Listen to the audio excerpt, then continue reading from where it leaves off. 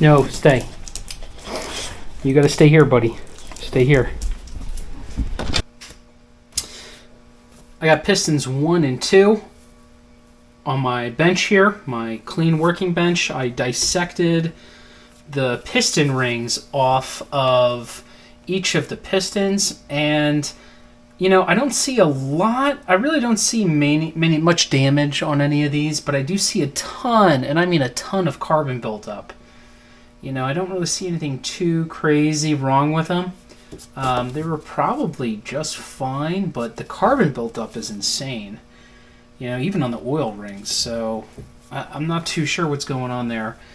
In any case, I bought a brand new kit from Japan, and this kit came with 4 piston rings. You know, so you got 4 sets of 4 rings.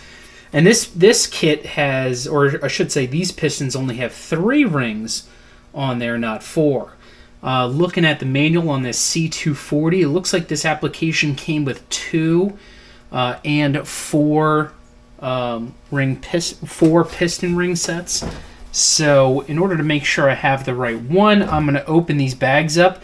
I put them in this orientation because I believe that I think it's going to be 3, 2, 1. I believe that's what my piston ring orientation is. But it could be 3, 1, and 1 of these equation, because I bet you that's not the right one.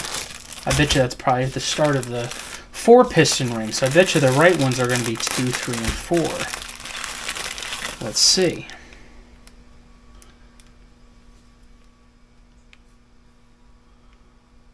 And again, look. T for top. Very subtle. And what do we got here? Height-wise, we got 1.96. 0.96. And the width, we got what? 3.66. Interesting.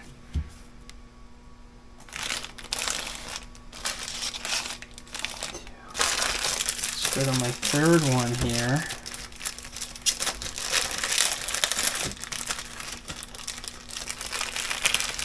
This third one is stepped, just like this one. T for top. And my stepped one, we got 1.9. Okay, so that's probably about right. Okay, so this one is spot on. So 3 goes here. That's spot on. Oil ring we know should be there. Let's measure the oil ring anyway.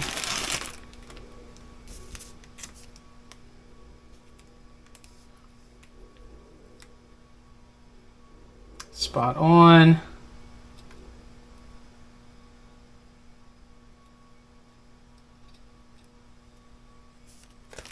Looking gold. Gold in there.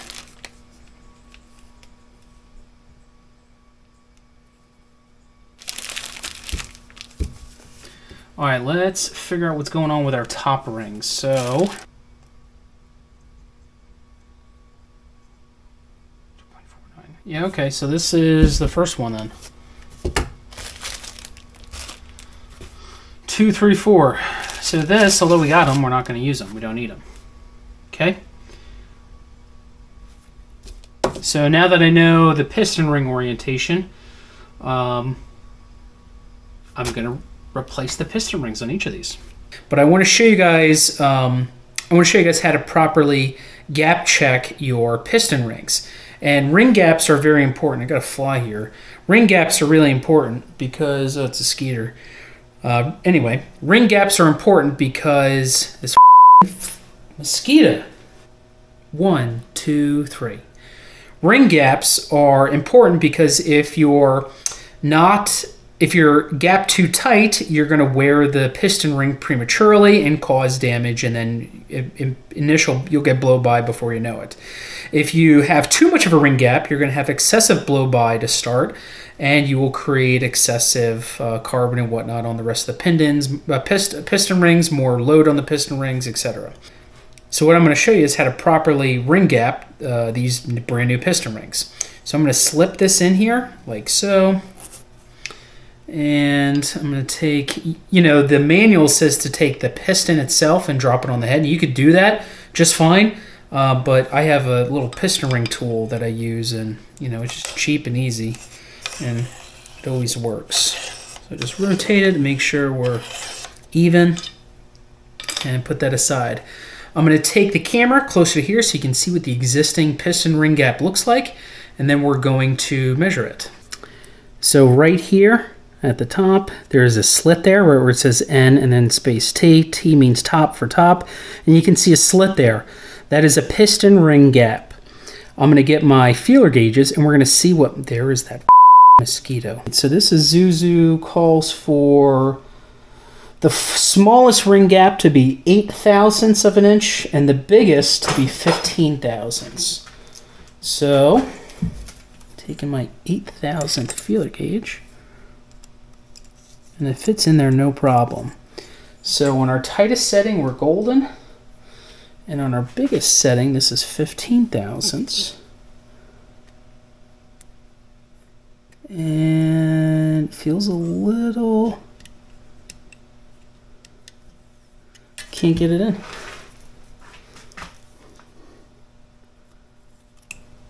Oh, I just got it in. Wow.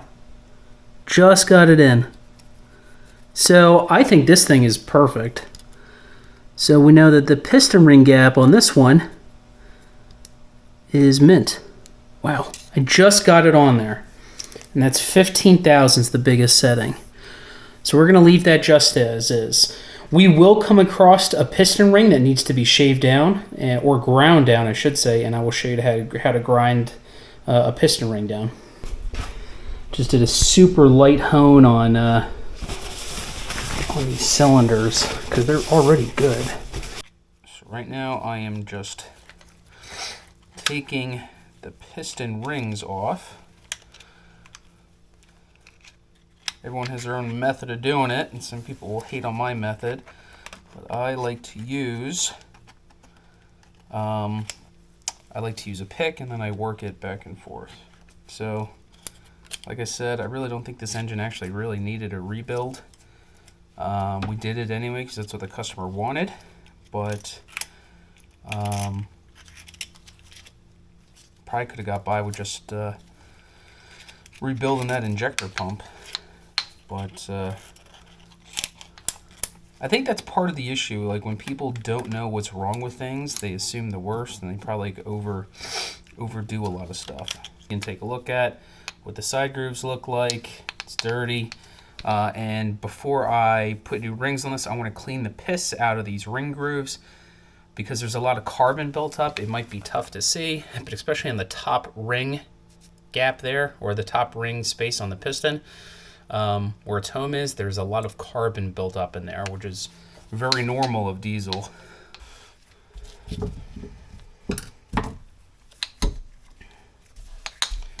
So before we're really ready on install is now I'm going to take each piston ring. This is the oil ring, and taking a look at these, they have top marked. Some piston rings are not directional, but a lot of them are.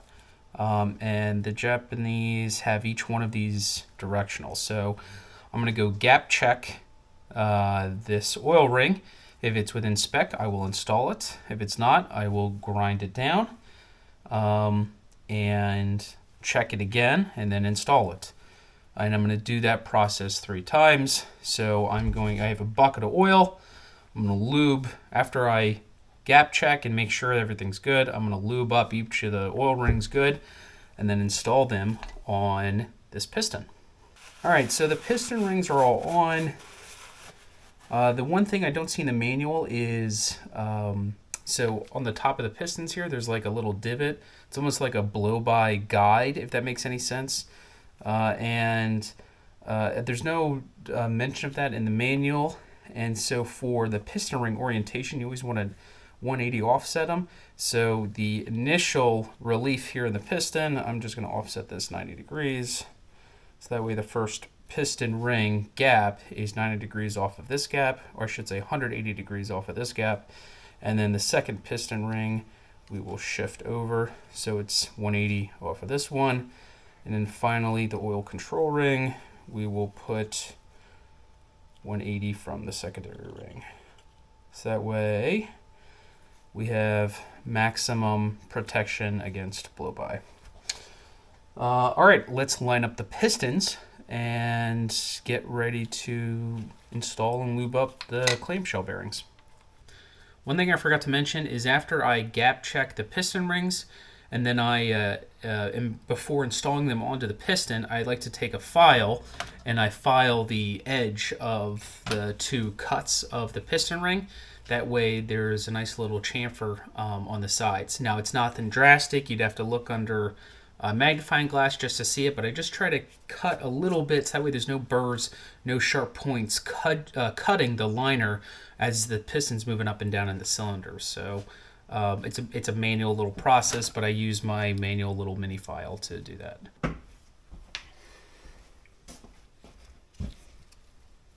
So I got all the clamshell bearings installed on the top, and now we are doing the bottoms.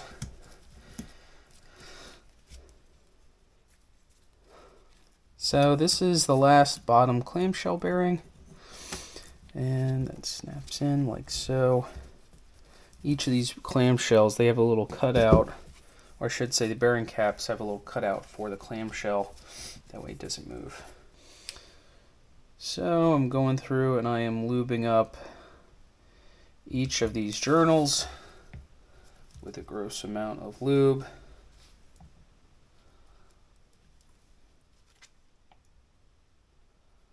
And I'm going to do the exact same thing on the top ones as well.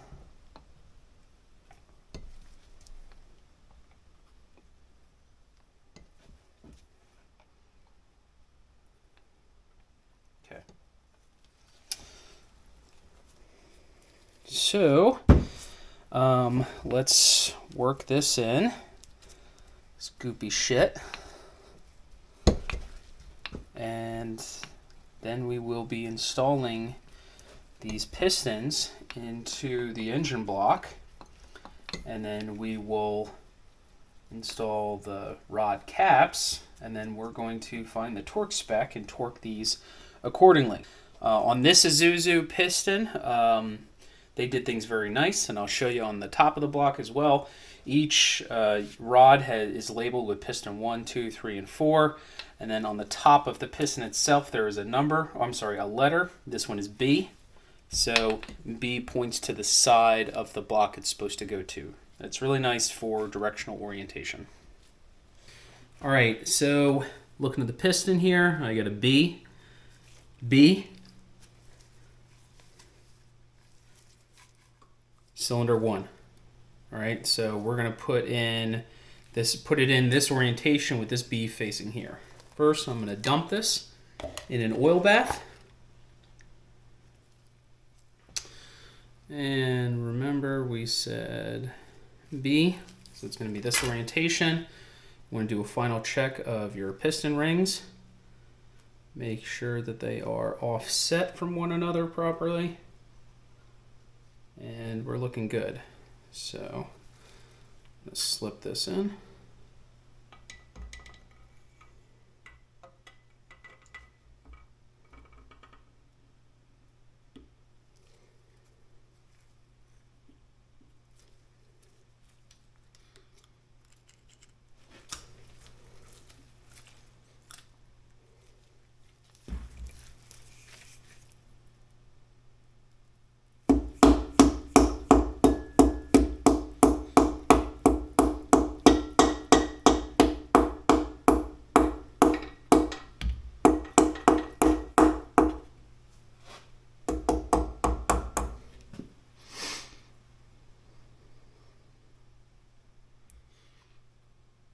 Should have rotated the crank. Wasn't thinking.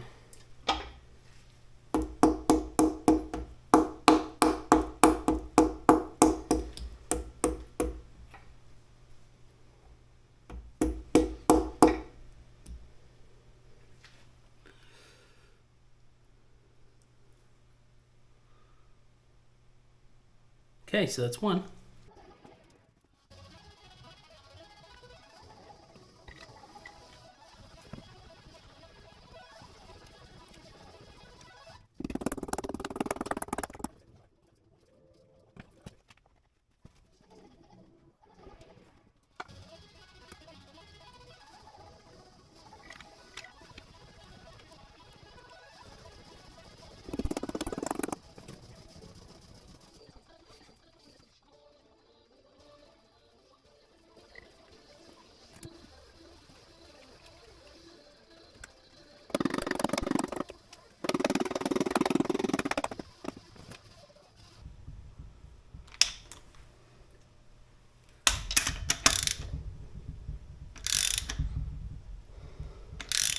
So this is where we want to be careful and making sure we're snugging these evenly. And I like to go to feel and then do my little health check to make sure that I got about the same depth coming out on either side of the bolt.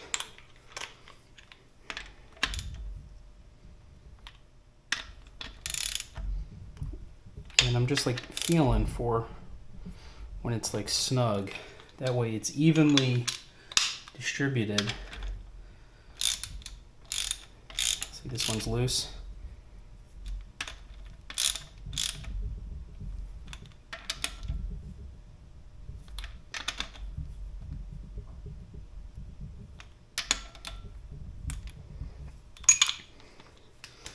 So I'm going snug on all these, and then what I'm going to do is rotate the engine around just to make sure that the piston and the rod caps feel home, and then I will torque everything down appropriately.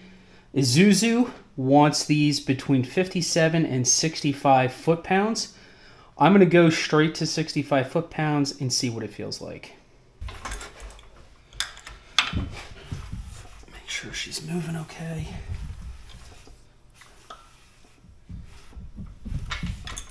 Make sure there's no hang up, no scratching. I mean, everything's spinning pretty easy right now. So now that I rotated it a couple times, I'm going to torque everything down to its appropriate value. And I'm going to spin the engine over a couple times and then recheck the torque spec. Now that everything's torqued right on the rod caps, I spun it over a bunch of times, and now I'm just looking, listening, and feeling for how the motor turns over. You want no catching, no dragging, or anything like that. And honestly, it feels really good. Feels really good. So I think we're doing pretty good on this end of things. So I'm gonna go to work for the day, and maybe we'll come back tonight and work on putting the rest of the puzzle together. And the max allowable limit is 5 thousandths.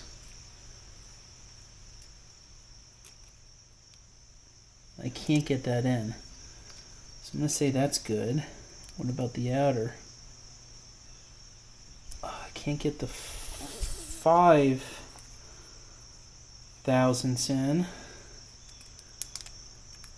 2 thousandths I can get in.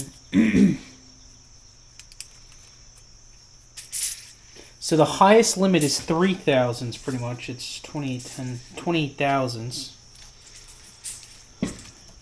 Christ. Dealing with pieces of paper here. So let's see if I can get 3 thousandths in.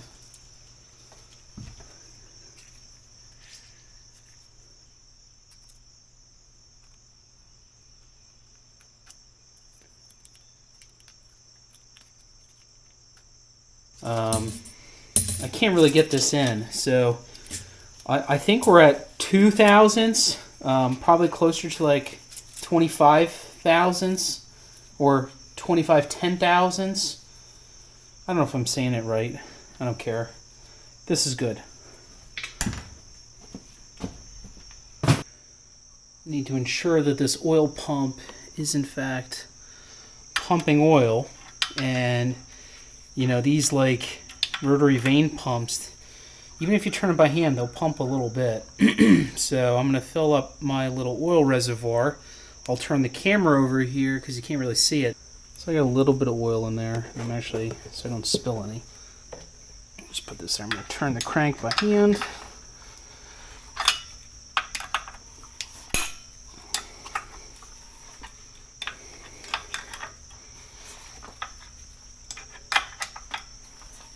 And you can see it's drinking it, which is good.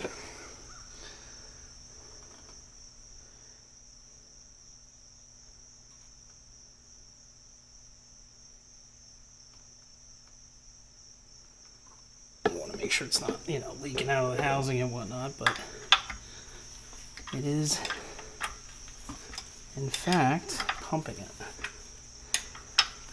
I'm kind of like pre-priming your oil injection nozzles for your pistons.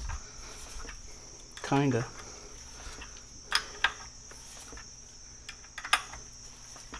Yeah, it's pumping it down good. And all I'm doing is filling my little reservoir here, and it's self-priming. So if I'm able to prime it by hand and it suck it down, we know we're good. So diesel fluid, when diesel fluid's in an oil system, it really abuses the seals in a diesel engine because those seals are not made for diesel oil. And because those seals get really hard and brittle. And so this was one of the return lines from the system. And this return line, which is, connects down here, this return line here is rock hard. I mean, like, stupid hard, and it's, like, brittle. Now, that happens as years go on in time, but this, how hard it is a clear symptom of fuel in the oil system.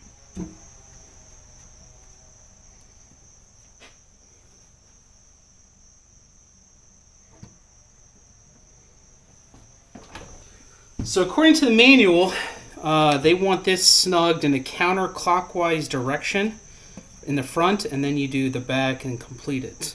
Why? I have no idea. But we're going to do exactly what it says. And this thing only gets torqued down to 6 foot-pounds, so it's fairly light. They don't want you to compress the piss out of this gasket. Not that I'm saying that's wrong. I mean, obviously it worked for years, but I'm going to go to at least 10.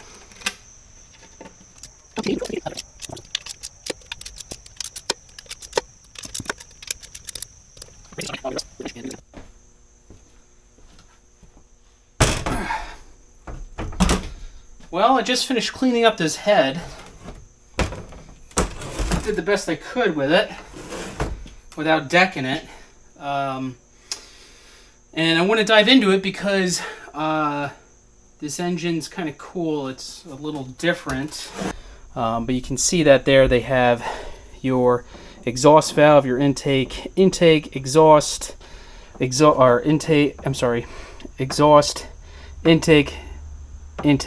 exhaust. So, and you can see going through the intake, at least in this one here, this thing was really ingesting quite a bit of oil. This one's pretty good. This was ingesting oil. So the two winners were ingesting a lot of oil. I'm going to put some brake clean down the throat, clean it out, and we'll see what it looks like when I'm done. So I'm just cleaning up the intake and exhaust manifold. That way it's ready for a new gasket.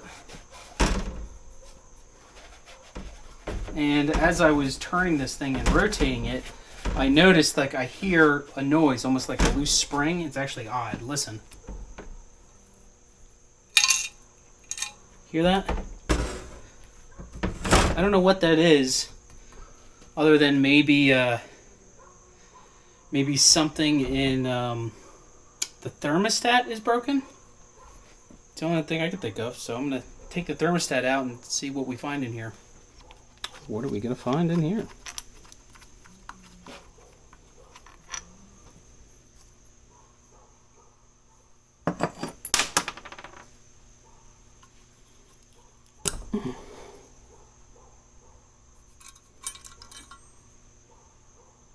Look at that. Well, that ain't gonna work, is it? That's what was banging around in here.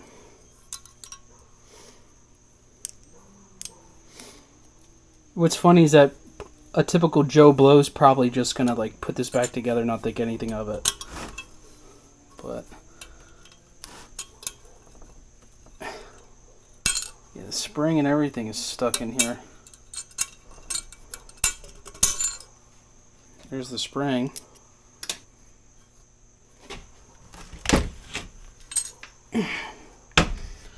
What else is in here?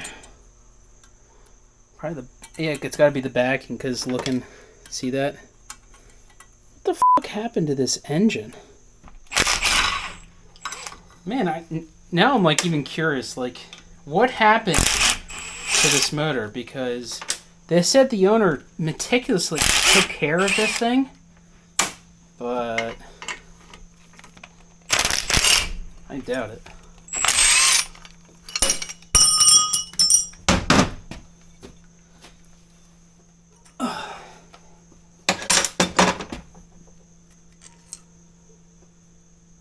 Look at that in the cooling jacket. Wild. There's nothing else in here.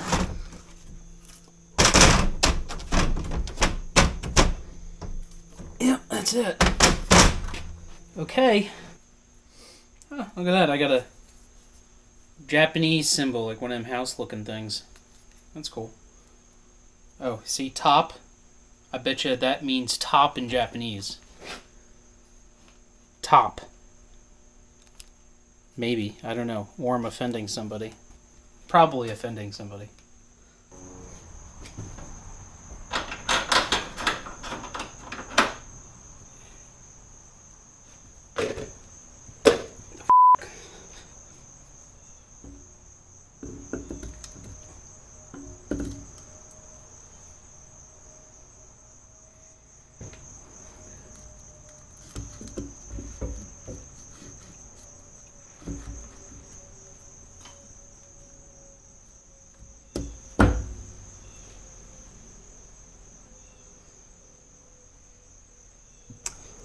Looks alright. Whoa. Almost fell over there. Haven't even been drinking. Carefully place cylinder head. We did that. Lubricate 19.2. Lubricate 19 bolts 2 with the engine lubricating oil. And install them hand tight. Tighten bolts. Okay, so they want us to lube them. New bolts 47, used bolts 47. So the first torque sequence is 47 foot-pounds, and then step 2 for new bolts is 58, used bolts is 65 foot-pounds. Lubricate push rods. Okay, so that's the torque sequence they want. They want the center 1, 2, 3, 4, 5. Okay, I'm gonna have to bring my laptop over there. 1, 2, 3. Okay. So where's the front of the engine here? Oh, here you go. This engine here is that's your this is, oh wait a second. Yeah, this is where your injector pump goes. So, and this is your exhaust manifold. Okay, or exhaust and intake. All right, let's lube up the bolts and install them. So the first torque sequence, we're doing 1, 2, 3. 1, 2, 3, 4, 5, 6, 7, 8, I believe. And we're doing 45 foot-pounds to start. That's the, I'm sorry, 47 foot-pounds. So that's 47. That's the first torque sequence they want you to do. 2.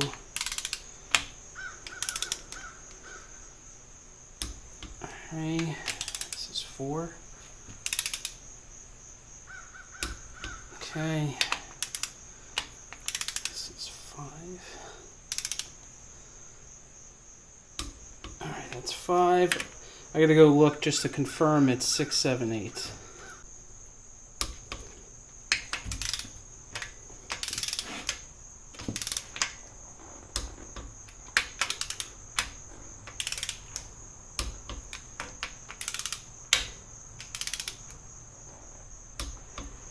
Alright, let's jack this up. Now we're doing 65 foot-pounds.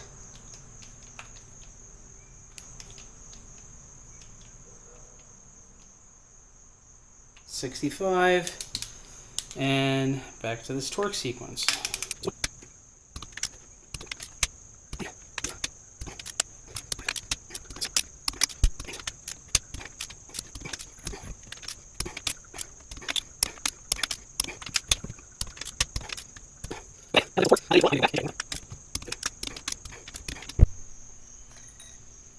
So now I'm just putting some assembly lube into the rods here.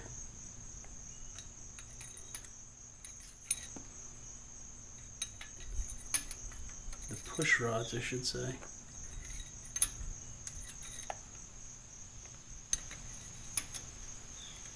So just a little bit of assembly lube. And I'm just going to do a dibble of motor oil here.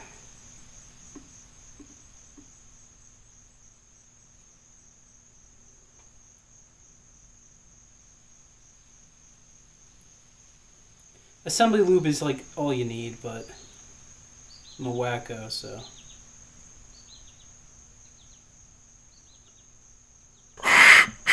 Both are moving. 2.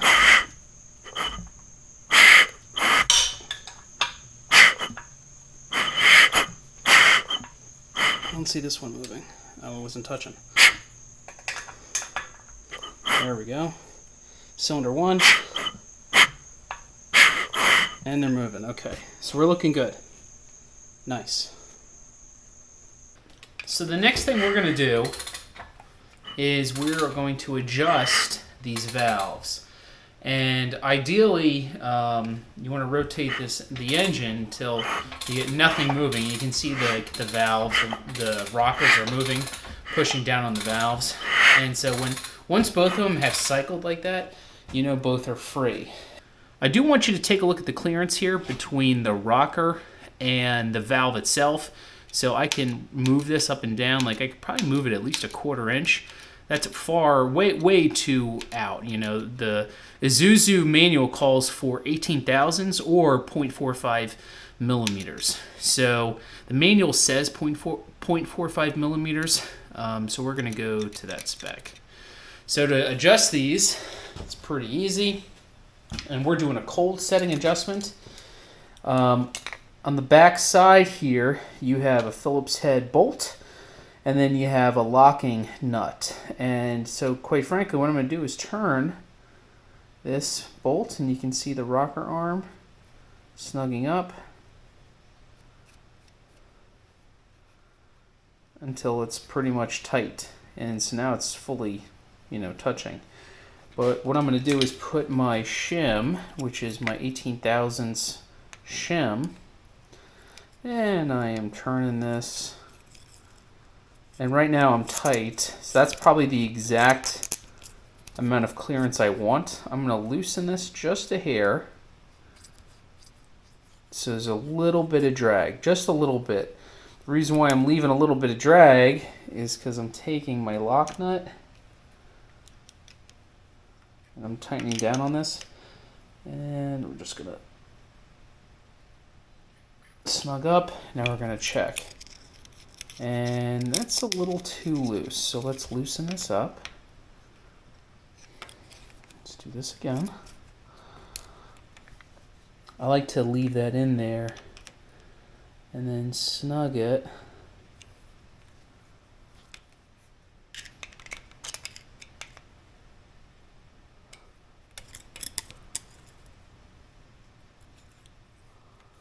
That should do it. Whoops. I think that's going to do it. All right. And that's a good clearance. So that's nice. That's what I want. This is my cold setting clearance. This is the exhaust. So let's check the intake. The intake also needs to be adjusted. These were all like crazy far out. So I got just a little bit of drag on these. Just a little bit. Which is good. That's what you want. So I'm just going to rotate the engine over. Back way these got a chance to, you know, compress and do a little bit of work. And now I'm just going to go back and recheck.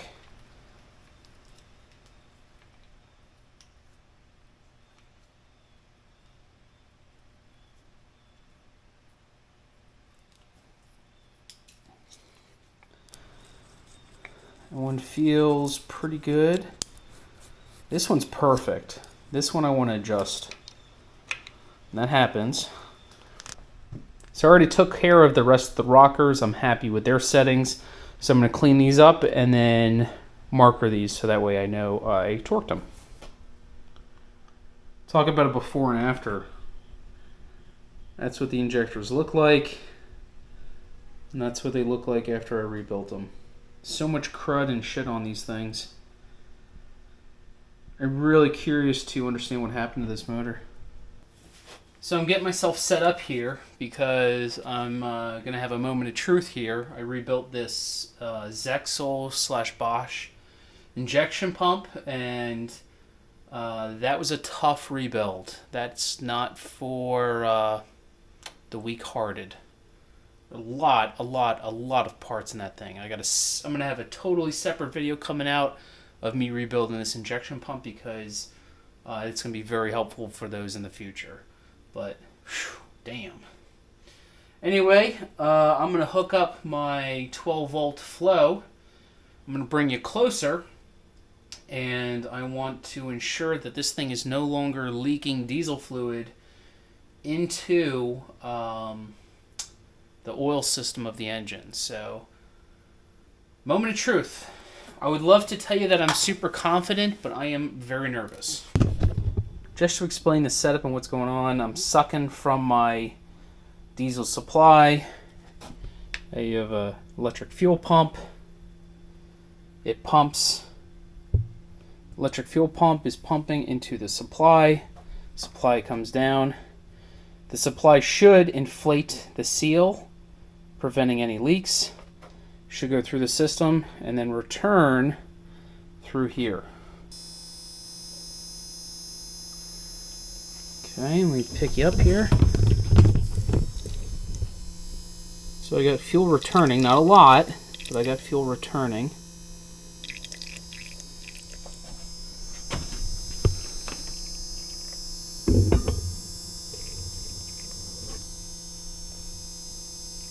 I got nothing leaking. Thank the Lord. So, I'm over here fucking around. So I'm in the process of doing the final assembly here, and I pulled the glow plugs out of the little, plastic baggie they gave me. I noticed that each one of these glow plugs, the tips are chipped. If you guys can see that. The tips are all fucked up. And I said, you know what, let me test these things before I install them. And sure enough, every single one of these is faulty. And I want to show you guys how I'm testing that. So I have my Power Probe, I should say. And the Power Probe, I love it. I'll leave a link in my description for it. But pretty much I ground the body of the glow plug, because this is going to be threaded into the engine, which is your ground. And then the tail end here, this is where you would apply your voltage. So I'm going to the tip here, and I'm applying voltage.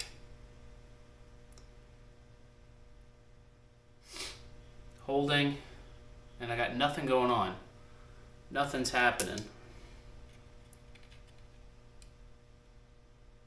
You see that? So when I apply voltage, this glow plug is supposed to spark up and fire. So this is a glow plug out of a Chabot engine I had laying around. So when I apply voltage to this, right? So I'm going to apply voltage, and instantaneously it's starting to smoke. You see that? It's smoking, it's getting red hot, and that's what it's supposed to do. So all 4 of these glow plugs have failed. Now, like I said, the tips of these things are all chipped, and that's probably why it failed. So I don't know if someone, took these out, if they were rough around the edges and just threw them on things. I don't know. But each one of these injectors they're f***ed. So I stopped recording and I decided to crank this thing out. But it is ready to go. So after doing the valve clearance settings, obviously I put the valve cover back on, I installed the injectors, I installed the injector pump, put the lines together, and yeah, so I put the bell housing on. I got to fasten that up. Then I'm going to put the torque converter on. I got paper towels in the intake ports because I'm going to cover this thing tonight. So I'm going to get back at it first thing tomorrow morning. But she's ready to be installed back into this forklift. So I am very, very, very eager to hear this thing start up. Can't wait to hear it purr. Hopefully everything goes well and she doesn't send a rod through the block, but I really doubt it because I built this thing, to a T in my opinion. It's like 5:30 in the morning and I'm dropping this engine in and I realize I'm not even recording. Let me get the camera stand. Alright, let me show you my setup. I'm doing things a little differently. So, I hung up my hoist in the center of the carriage there, if you can see that. So I got my hoist there, and I'm slowly lowering the engine in. Tight space.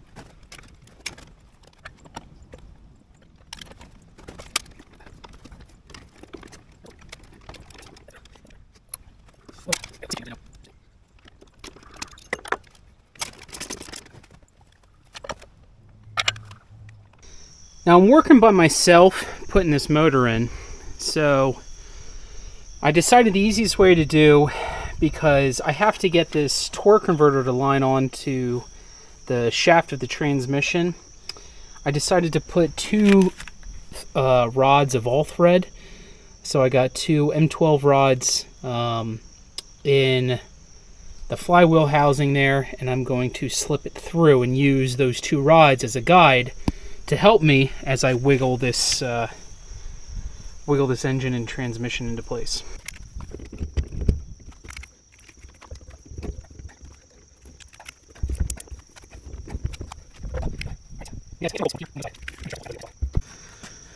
My buddy Eric got me these ties. They're called Gorilla ties.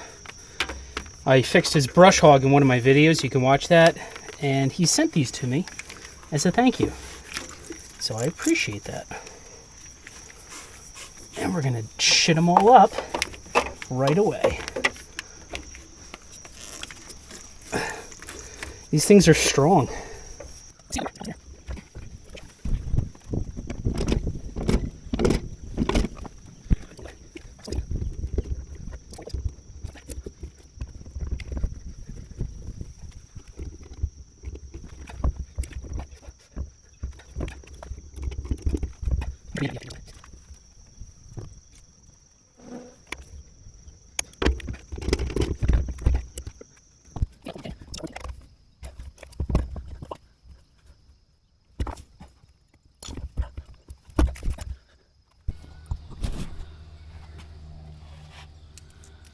What a pain in the dick.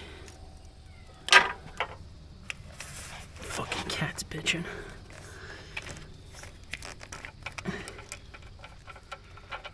I notice my cursing, or the level of cursing goes up as you're working on things.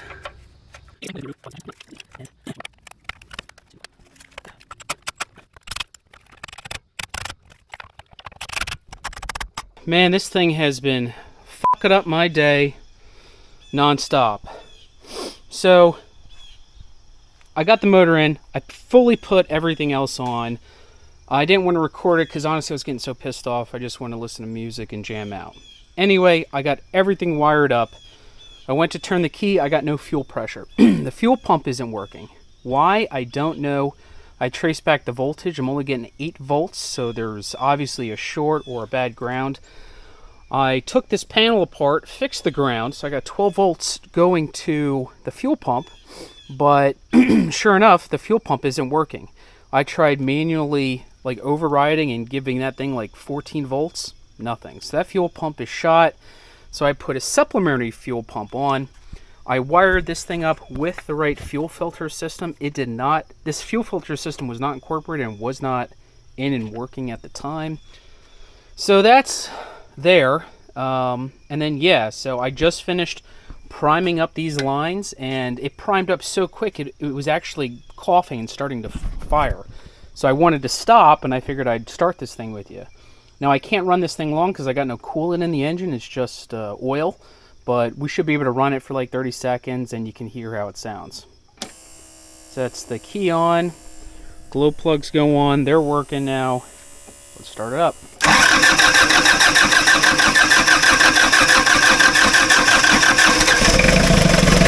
Gotta get the air out of the system.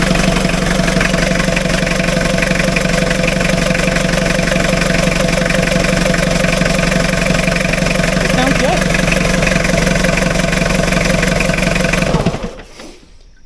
So she's running. That's good news.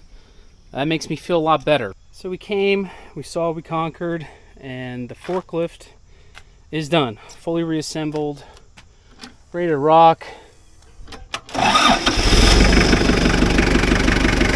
Sounds good. I mean, she sounds real good. You know, starts right up. I noticed it did like an extra glow plug early in the morning. It was 50 degrees out though, and there's no fuel additive, so that's probably why. But I don't know. I mean, I think she's good to go. You know, I was really mostly worried about the torque converter going in, but it's not leaking whatsoever. So that's really good news. You know, lifts up, tilts out, comes back. Yeah, it's cool.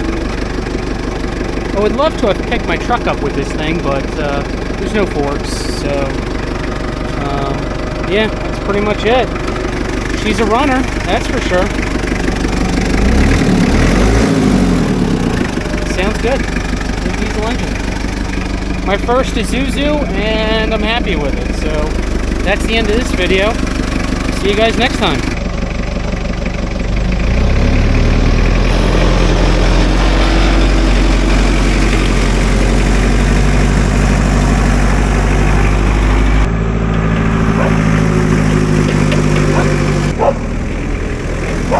Yes.